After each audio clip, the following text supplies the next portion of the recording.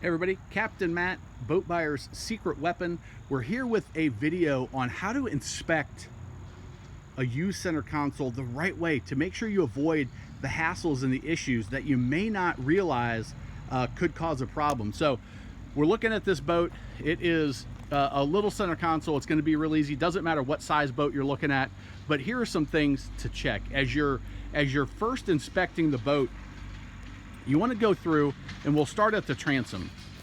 You want to kind of knock on the fiberglass and feel, how does it sound? Does it sound solid? You're looking for little spider cracks. If you can see that coming through, that's all a cosmetic damage, but it's an indication that, hey, at some point this boat got banged on something pretty hard. And you want to notice that as a red flag. It's not a avoid it at all costs, but it's a red flag. As you're coming back to the transom, you want to check and make sure that the transom's solid, that it's rock solid where the motor mounts hanging. If you're looking at something that has twins, you want to make sure you really check that structurally, that it's nice and solid. We come back to the motor.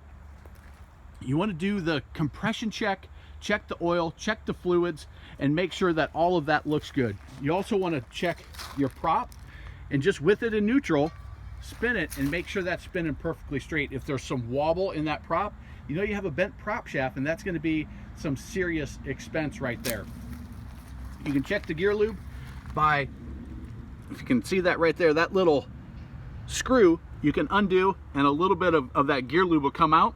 You can see if there's shavings in there or if it's nice and clean. I'm going to encourage you to take the boat out of the water and do a on-water sea trial. And you want to check and make sure that it's peeing good, an indication that the impeller's in good shape and it's picking up water and it's not going to overheat. I also encourage you to check the serial numbers. You can see the serial numbers here. That has all of your information to verify the engine age and the serial number if you need to get parts or double check on that on the boat. You can check your hull identification number, the last two numbers, 05. You can see that's a 2005 model boat. Those last two numbers are going to be indicative of the year. You're checking all of the fiberglass. You're checking under the boat for any damage. It's not that you want to walk away from the boat necessarily, but you do want to make sure that you're aware of any damage that's on the boat. As you get up into the bow, you want to check in. All right, let's take a look at the lockers. Are they clean? What kind of dirt and grime are we looking at? How well has the boat been taken care of? If you've got a trolling motor, looks like this one had it. Maybe it's just taken off for right now. Are your trolling motor plugs, are they working? Is everything accessible? You want to plug in your bow lights. Are those working properly? Look in every single compartment, every hatch, open it up. Check the hinges. Is everything opening up smoothly? Can you remove any pedestal seating? Are there cushions? Are there not cushions? The cushions that are on there, what kind of condition are they in? Take a rag with you, and if you've got some mold or mildew, hey, are you going to be able to clean that off or not? You want to take a look into the compartment. All right, we're looking pretty good. We got a hinges looking strong. The screws aren't really loose. You've got a little assist there that is off, but that's not a big deal, but you want to be aware of it. You always check your placard. This one's rated for 7 people and let's see, 1,220 pounds. So to make sure that that suits the way that you're going to be utilizing the boat. You've got your bait well. You want to check those pumps when you're in the water and make sure that it's picking up and draining properly and that those pumps are good. The stereo system, check the stereo components. Make sure that everything's working properly.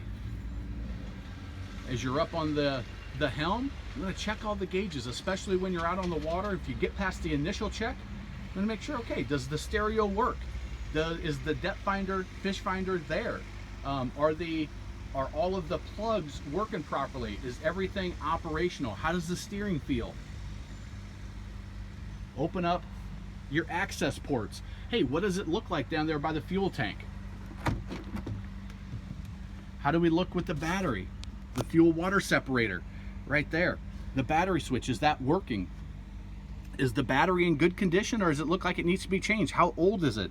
And you're just looking for those items that maybe weren't taken care of properly. You're looking for the items that maybe have some wear, that may need some attention.